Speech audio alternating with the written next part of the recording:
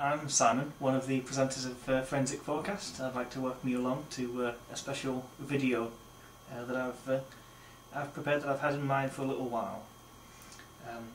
Basically, as a forensic phone examiner, I have thought from time to time about the effectiveness of Faraday equipment and things like that for blocking out the signal for mobile phones. And I've looked around at the cost of these things and I thought, surely there's got to be a cheaper way. And so that's kind of led me to do some digging around on the internet, and I found what you may believe at the moment is a bit of a crazy idea, but we'll wait and see if it actually works. I plan on taking two of these into this, a two-man tent at the cost of about £10, after I cover it in a lot of this. So that's the plan, is to cover a tent in plenty of foil and to do several tests involving 3G, GSM networks, Bluetooth and Wi-Fi, and seeing just what a foil covered tent will block out, if anything. If it works, it's a £12 Faraday tent, which would be amazingly cheap. So let's have a go. How hard can it be?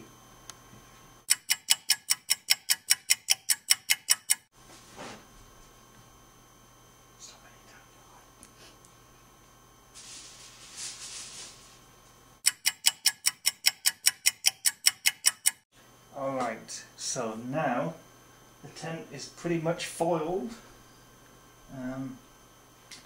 There's a couple of strips left to go on, but they will go on with the aid of camera person once I'm inside, thereby kind of completing the shield.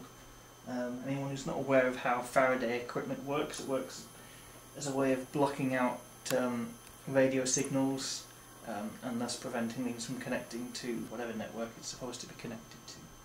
So we'll see what happens.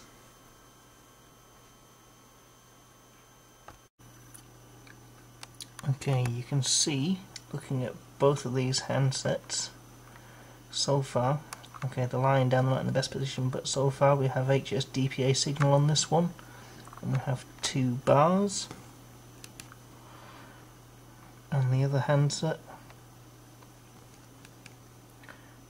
we actually have 3 bars of, in fact 4 here, of signal. So we'll see how these look once they're inside. Okay, so here I am, looking more scary than usual, in fact, in night vision within my Faraday tent. There's not really much to see. It's basically looks like a normal tent but a bit darker. The next thing for me to do is to have a look at these phones and see if in fact the signal level has dropped, or if the signal level is there at all. So that's the next thing to test.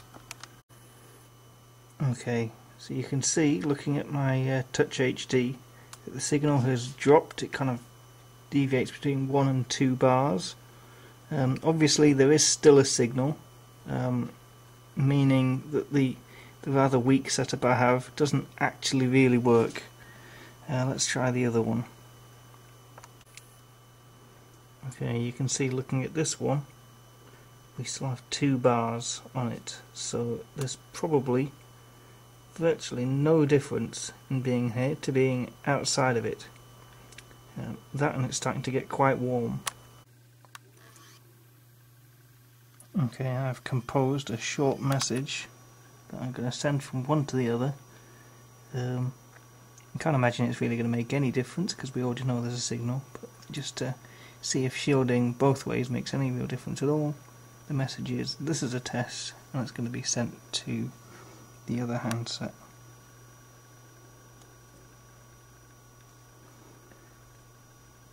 So that message, there we go, we can see it being received by the other phone before I even had the acknowledgement on mine. So fairly conclusive proof a homemade Faraday tent.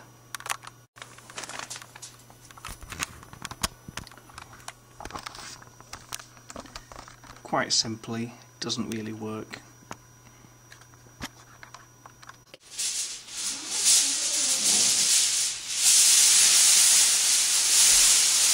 Okay, so